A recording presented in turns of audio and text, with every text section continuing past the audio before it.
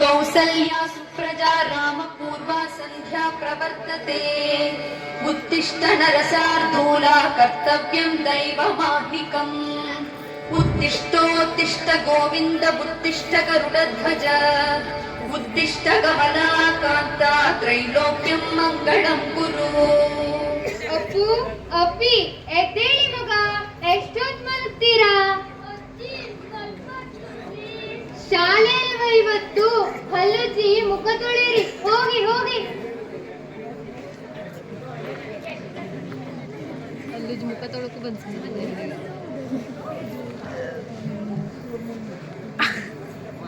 ಅಜ್ಜಿ ಅಂತ ಅನಿಸ್ತದೆ. ಎಂತ ಮಗ ಬೆಳಿಗ್ಗೆ ಬೆಳಿಗ್ಗೆ ಗಲಾಟೆಯ?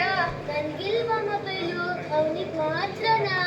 ನಾವೆಲ್ಲ ಫೋನ್ ಇಲ್ಲದೆ ಇರ್ಲಿಲ್ವಾ?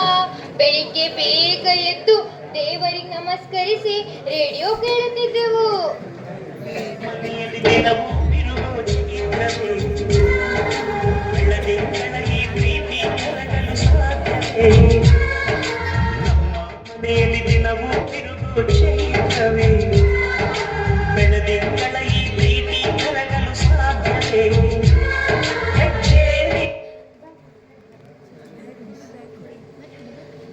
ಸ್ಕೂಲ್ಗೆ ಲೇಟ್ ಆಯ್ತಲ್ಲ ಮಕ್ಕಳ, ಹೊರಡಿ ಹೊರಡಿ. ಬನ್ನಿ ಮಕ್ಕಳೇ, ಸ್ಕೂಲ್ಗೆ ಹೋಗೋಣ.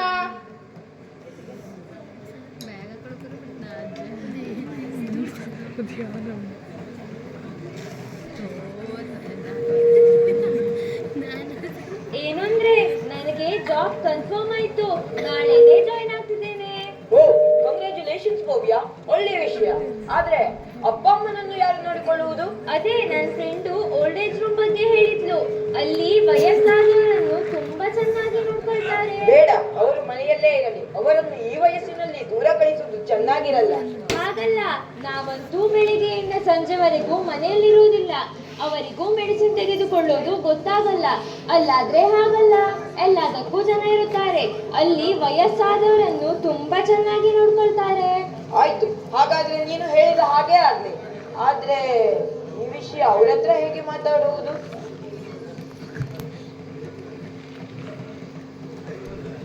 ಅಪ್ಪ ಅಮ್ಮ, ನಿಮ್ಮ ಹತ್ರ ಸ್ವಲ್ಪ ಮಾತಾಡ್ಬೇಕಾಗಿತ್ತು. ಇವತ್ತಾದ್ರೂ ಈ ಅಮ್ಮನ ಹತ್ತಿರ ಮಾತಾಡೋಕೆ ಪುರ್ಸತ್ತಾಯ್ತಲ್ಲ ಮಗ, ಹೇಳು ಏನ್ ವಿಷಯ? ಹೌದಮ್ಮ, ನಿನಗೂ ಗೊತ್ತಲ್ವಾ, ನನಗೆ ಕೆಲಸದ ಒತ್ತಡ ಜಾಸ್ತಿ ಆಗ್ತಿದೆ. ಜೊತೆಗೆ ನನ್ನ ಸ್ಯಾಲರಿಯಲ್ಲಿ ಮನೆ ನಡೆಸುವುದು ಕಷ್ಟ ಆಗ್ತಿದೆ. ಆದ್ರಿಂದ ನಾಳೆ ಭವ್ಯನು ಕೂಡ ಕೆಲಸಕ್ಕೆ ಹೋಗ್ತಿದ್ದಾಳೆ. ನಾನು ಮತ್ತು ಅವಳು ಒಂದು ನಿರ್ಧಾರಕ್ಕೆ ಬಂದಿದ್ದೇವೆ. ಹೇಳು ಮಗ, ಏನ್ ವಿಷಯ? ಅದೇನಂದ್ರೆ, ಸ್ವಲ್ಪ ದಿವಸ ನಮ್ಮಿಂದ ದೂರ ಇರ್ತೀರಾ? ದೂರ ಅಂದ್ರೆ ಇಲ್ಲೇ ಹತ್ರ ಸಿಟಿಯಲ್ಲಿರೋ ಆಶ್ರಮದಲ್ಲಿ ಬೇಗ ಕರ್ಕೊಂಡು ಬರ್ತೇವೆ. ಏನ್ ಹೇಳ್ತಿದ್ಯೋ ಮಗ? ನಾವು ನಿನಗೆ ಬೇಡ ಹೋದ್ವಾ? ನಮ್ಮಿಂದ ಏನ್ ತಪ್ಪಾಯ್ತು ಹೇಳು. ಹಾಗಲ್ಲ ಅಪ್ಪ, ಇಲ್ಲಿ ಹೇಳುವುದು ನಿಮ್ಮ ಒಳ್ಳೆಯದಕ್ಕೆ ತಾನೇ. ಬೇಗ ಕರ್ಕೊಂಡು ಬರ್ತೇವೆ. ಅಯ್ಯೋ ದೇವ್ರೆ, ಎಷ್ಟೇ ಕಷ್ಟ ಆದ್ರೂ ಇಲ್ಲೇ ಮೂಲೆಯಲ್ಲಿ ಉಪ್ಪು ಗಂಜಿ ತಿನ್ಕೊಂಡಿರ್ತೇವೆ. ನಿಮ್ಮನ್ನ ಅಪ್ಪು ಅಪ್ಪಿನ ಬಿಟ್ಟು ಹೇಗೆ ಇರೋದು ಹೇಳು? ಹೌದು ಮಗ, ನಾವಿಲ್ಲೇ ಇರ್ತೇವೆ. ನಮ್ಮಿಂದ ಏನಾಗ್ತದೆ ಹೇಳು? ನಾವಿಲ್ಲೇ ಆರಾಮಾಗಿದ್ದೇವಲ್ಲ. ಹಾಗಲ್ಲ ಅಪ್ಪ, ಇಲ್ಲಿ ಹೇಳುವುದು ನಿಮ್ಮ ಒಳ್ಳೆಯದಕ್ಕೆ ತಾನೇ. ನಾನು ಹೇಳಿದ್ದಾಗಿದೆ. ಇದು ನನ್ನ ಕೊನೆಯ ನಿರ್ಧಾರ. ಸಂಜೆ ಅಷ್ಟರಲ್ಲಿ ರೆಡಿಯಾಗಿರಿ, ಕರ್ಕೊಂಡು ಹೋಗ್ತೇನೆ. ಇವನಿಂದ ಇಂಥ ಮಾತು ಬರ್ತದೆ ಅಂತ ನಾ ಭಾವಿಸರೇ ಇಲ್ಲ. ನೋಡಿದ್ರಾರಿ, ನಮ್ಮ ಮಗ ಎಷ್ಟು ದೊಡ್ಡವನಾದ. ಜನ್ಮ ಕೊಟ್ಟ ತಂದೆ ತಾಯಿಯನ್ನೇ ದೂರ ಕಳಿಸುವಷ್ಟು. ಏನ್ ಮಾಡೋಕ್ಕಾಗ್ತದೆ ಹೇಳು? ಎಲ್ಲಾ ದೇವರಿಚ್ಛೆ. ಆ ದೇವರು ಯಾರ್ಯಾರ ಹೊಣೆಯಲ್ಲಿ ಏನೇನ್ ಬರ್ತಾನೆ ಅಂತ ಯಾರಿಗಾದರೂ ಗೊತ್ತು ಮಾಡೋಕ್ಕಾಗ್ತದ್ಯಾ? ನೀ ಸಮಾಧಾನ ಮಾಡಿಕೊ. ನಾವು ನಮ್ಮ ಕರ್ತವ್ಯವನ್ನು ಮುಗಿಸಿದ್ದೇವೆ. ನಮ್ಮ ಮಗನನ್ನು ಒಳ್ಳೆಯ ಸ್ಥಾನದಲ್ಲಿ ಇರಿಸಿದ್ದೇವೆ. ನಮ್ಮ ಮಗ ತನ್ನ ಹೆಂಡತಿ ಮಕ್ಕಳು ಎಂದ ಬ್ಯುಸಿಯಾಗಿರ್ತಾನೆ. ಈಗ ಅವನಿಗೆ ನಮ್ಮ ಅಗತ್ಯವಿಲ್ಲ. ನೀನು ಯಾಕೆ ಹೊತ್ತು ಆರೋಗ್ಯ ಹಾಳು ಮಾಡ್ಕೊಳ್ತೀಯಾ? ಆರೋಗ್ಯ ಕಾಪಾಡಿಕೊಂಡು ಏನು ಮಾಡೋದು ರೀ? ಯಾರಿಗೋಸ್ಕರ ಬದುಕುತ್ತಿದ್ದೇವೋ ಅವರಿಗೆ ನಾವು ಬೇಡವಾದ ಮೇಲೆ ಇನ್ನು ಬದುಕಿದ್ದು ಸತ್ತ ಹಾಗೆ.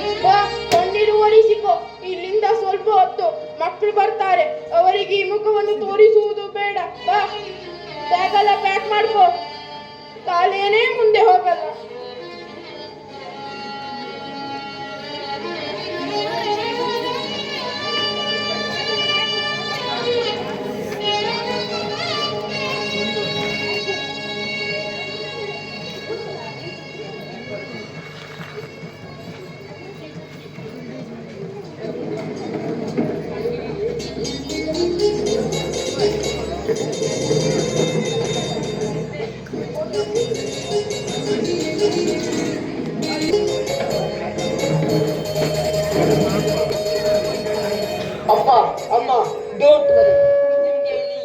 ತೊಂದರೆ ಆಗಲ್ಲ. ನಿಮ್ಮ 6 ತಿಂಗಳ ಫೀಸ್ ಅನ್ನು ನಾನು ಗಳಿಸಿದ್ದೇನೆ.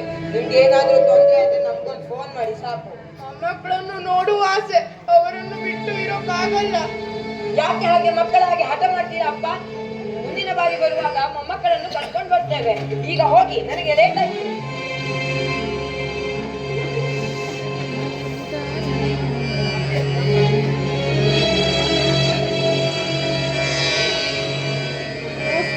ನಮಸ್ಕಾರ. ನಾನು ಜೋಸೆಫ್, ಹೇಮಾಲಿ ಆಶ್ರಮದ ಸೀನಿಯರ್ ಮೋಸ್ಟ್ ಸದಸ್ಯ. ಈ ಆಶ್ರಮದ ಎಲ್ಲ ಸದಸ್ಯರ ವಿಚಾರ ಗೊತ್ತಿರುವುದು ನನಗೊಬ್ಬನಿಗೆ ಮಾತ್ರ. ಒಂದು ನಿಮಿಷ, ನಮ್ಮ ಆಶ್ರಮದ ಎಲ್ಲ ಸದಸ್ಯರನ್ನು ನಿಮಗೊಬ್ಬೊಬ್ಬರಾಗಿ ಪರಿಚಯಿಸ್ತೀನಿ. ಪ್ರೇಮಾಲಯದೆಲ್ಲ ಪ್ರೇಮ ಪುತ್ರರು ಇಲ್ಲೊಮ್ಮೆ ಬನ್ನಿ.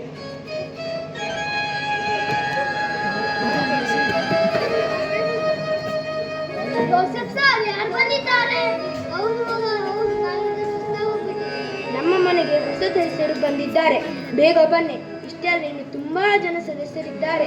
ಏನ್ ಶಾರದಮ್ಮ, ಮಗ ಕಾಲ್ಗೆ ಸಿಕ್ಕಿದ್ನಾ?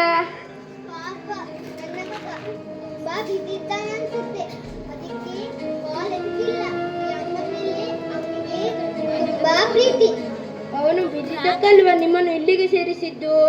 ಅವನು ಹೀಗೆ ಹೋದ್ರಲ್ಲ, ಅವರು ಶಾರದಮ್ಮ ಅಂತ. ಅವ್ರು ತುಂಬಾ ವರ್ಷದಿಂದ ಮಗನಿಗೆ ಕಾಲ್ ಮಾಡಿದಾಗ ನಾಟ್ ರೀಚಬಲ್ ಅಂತ ಬರ್ತಾ ಇತ್ತು.